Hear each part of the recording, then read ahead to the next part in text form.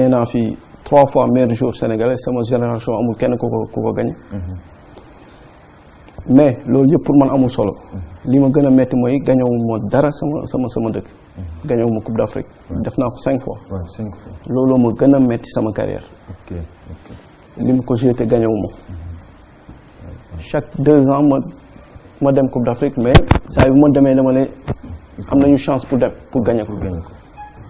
mais li tax gañewu ñu ko bon loolu bokk na si li ma gën a metti ba léegi. ok donc ça ce sont les regrets. voilà sama regret bu ma gën a metti sama carrière li ma gañewul dara équipe nationale Sénégal. ça c'est le patriote qui parle.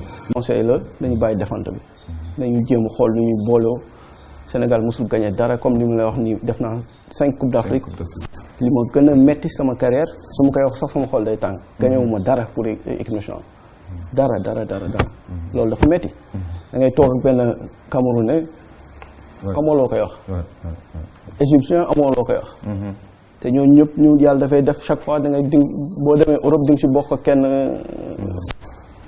équipe donc werante bi bu amee amoo dara lay wax am ngeen équipe bu rëy mais mosu leen gagné dara am ngeen joueur yu rëy mais mosu leen gagné dara fii ay joueur façon joueur bu ne jaar na fi lu ñu dàqoon football jaar nañ fi am nañu ay génération yoo xam ne depuis temps ñoom Omar Gueye seen ba léegi équipe ñun mënuñu fexe ba gagné ba tey nii léegi ñoom Sadio Mané ñoo fi nekk buñ demee ay quart de finale la ñuy génnee gis nga leen 2017 Gabon gis naa leen fu ñu nee woon équipe bi moo war a jël quart de finale ñuy éliminé fu ñuy éliminé